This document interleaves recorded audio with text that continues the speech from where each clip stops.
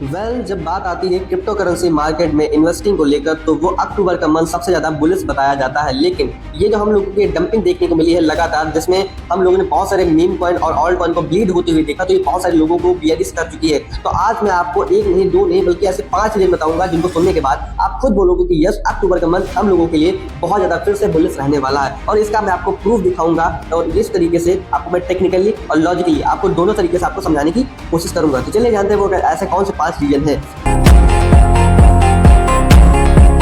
तो सबसे पहले मैं आपको शो करना चाहूंगा टेक्निकल रीजन। इसके लिए मुझे ओपन करना पड़ेगा वीकली टाइम फ्रेम का चार्ट, और इस चीज को आपको समझना बहुत ज्यादा इंपॉर्टेंट है कि वीकली टाइम फ्रेम पे हम लोगों को क्या देखने को मिल रहा है। तो सबसे पहली बात, वीकली टाइम फ्रेम पे मैंने देखा कि सपोर्ट से 3 बुलिश कैंडल ने फॉर्म किया। ये 3 बुलिश कैंडल आप जानते हो, अगर जानते हो टेक्निकल के बारे में तो आपको समझ में आ रहा होगा ये 3 बुलिश कैंडल कितनी ज्यादा इंपॉर्टेंट है। उसके बाद ये जो बियरिश कैंडल ओपन हुए, ये हम लोगों के लिए बियरिश नहीं है। इस चीज को समझने की कोशिश करो टेक्निकल के अकॉर्डिंग। वो क्यों?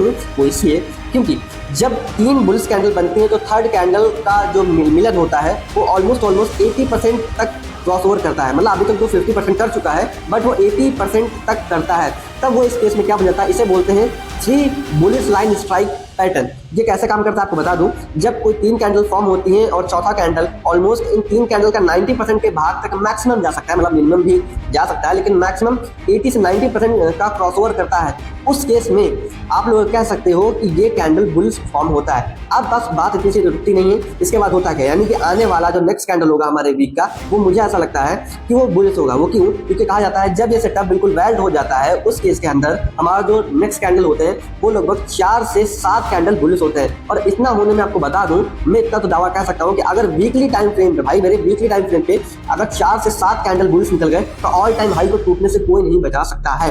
अब बस बात यहाँ पर रुकती नहीं है, अब मैं इस चीज को प्रूव करना चाहूंगा डेली टाइम फ्रेम यानी कि सेकंड टाइम पर। तो आपको बता दूं, आपको अगर दिखाई दे रहा होगा तो यहाँ पर एक double bottom chart pattern form हुआ था। आपको दिखा दूं डबल बॉटम, इसका नेकलाइन का अच्छा सा एक ब्रेकआउट हुआ था वीकली टाइम फ्रेम पे, लेकिन इसका सेटअप इनवैलिड हो गया, वापस प्राइस नीचे आ रहा है। तो आपको बता दूं, ये जो ब्लू चीज मैंने खींच के रखी है कोई छोटी मोटी चीज नहीं है, ये स्मार्ट मनी कॉन्सेप्ट का FVG है, यानी कि फायर वैल्यू गैप। ये काम कैसे करता है ये भी मैं आपको वीकली टाइम फ्रेम पे दिखाना चाहूंगा। बहुत ज्यादा तो नहीं समझा पाऊंगा, लेकिन इतना बता दूं कि 3 कैंडल्स में जो बीच का स्पेस होता है विक्स का, यानी कि फर्स्ट कैंडल का हाई एंड थर्ड कैंडल का लो, इसके बीच में FVG का बनने का मतलब होता है वहां पर ऑर्डर लगे होते हैं बाइंग के, परचेसिंग के। आपको बता दूं पूरी तरीके से फिल हो चुके हैं।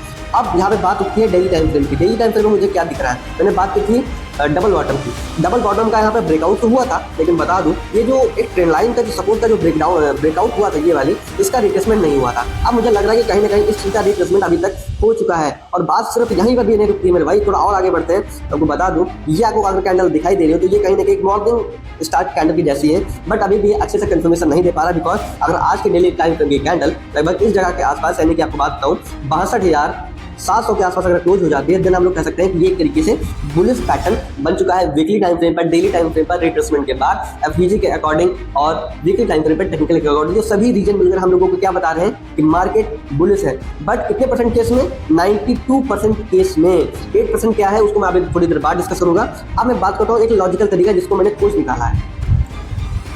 अब वो लॉजिकल जो तरीका है वो मैं इसके लिए मैं सेकंड बिटकॉइन का मैं चार्ट ओपन कर रखा है डेली टाइम फ्रेम पे। डेली टाइम फ्रेम पे आपको मैं बता दूं, मैंने एक लाइन को खींच के रखा है जो अक्टूबर मंथ 1 अक्टूबर को दर्शा रही है, और मैंने एक प्राइस रेंज को उठा के रखा है जो 8% को डंप को यहाँ इस जगह से क्लियर कर रही है यहाँ तक। तो 8% का डंप यहाँ पे आया। अब ये 2024 था हालविन का टाइम। अब मैं चलता हूँ 2023 में जो प्री बुल मार्केट का जो टाइम था वहां पर क्या ऐसा हुआ था आपको बता दूं। यहाँ पर भी सेम ऐसा ही केस हुआ था। 1 अक्टूबर का टाइम था और उसका कुछ ही दिन बाद से हम लोगों को इतनी बड़ी डंपिंग देखने को मिली थी। लेकिन इस डंपिंग के बाद ऑलमोस्ट 7% की डंपिंग थी, और इस डंपिंग के बाद आपको खुद देखने में अंदाजा नहीं लगेगा कि कितना बड़ा यहाँ पर एक जबरदस्त तरीके का यहाँ पर पंप आया था। अब बात यहाँ पर रुकते नहीं है, अब मैं थोड़ा और आगे बढ़ता हूँ, हिस्ट्री में जाता हूँ कि जब हार्लिन का टाइम सेकंड टाइम पर ऐसा हो रहा था तब ऐसा क्या हुआ था, और वो हम लोगों का जो मतलब ईयर होगा वो 2020 होगा। अब 2020 के अंदर आता हूँ, यहाँ पर भी कुछ ऐसा ही हुआ था मेरे भाई कि जब 1 अक्टूबर लगा था तो ऑलमोस्ट 5% का डंप लगा था, और ये डंप खत्म होने के बाद आप बता दूं कितना बड़ा आप लोगों को रैली दिखाने को मिला था। तो 3% केस में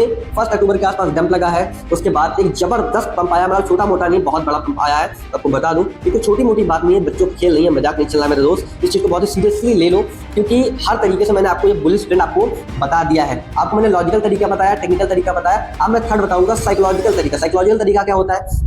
वो ये कि मोस्ट ऑफ दी रिटेलर्स ये सुनते हैं कि अक्टूबर का मंथ बुलिश होता है और इसके चक्कर में मार्केट को थोड़ा सा पंप करा देते हैं और आप लोग फोमो में आ जाते हो। फोमो में क्या करते हो, आप लोग बड़ी परचेसिंग करते हो, बाइंग करते हो, फ्यूचर्स में स्विंग ट्रेड स्टार्ट कर देते हो और उसी को लिक्विडेट करने के लिए और आपके स्टॉप लॉस को हंट करने के लिए वो ऐसा ये खेल रचते हैं जिससे आप लोग लिक्विडेट हो जाते हो, आपका पैसा लॉस हो जाता है। तो ये मेरा थर्ड तरीका था, बहुत शॉर्ट में मैंने आपको बता दिया।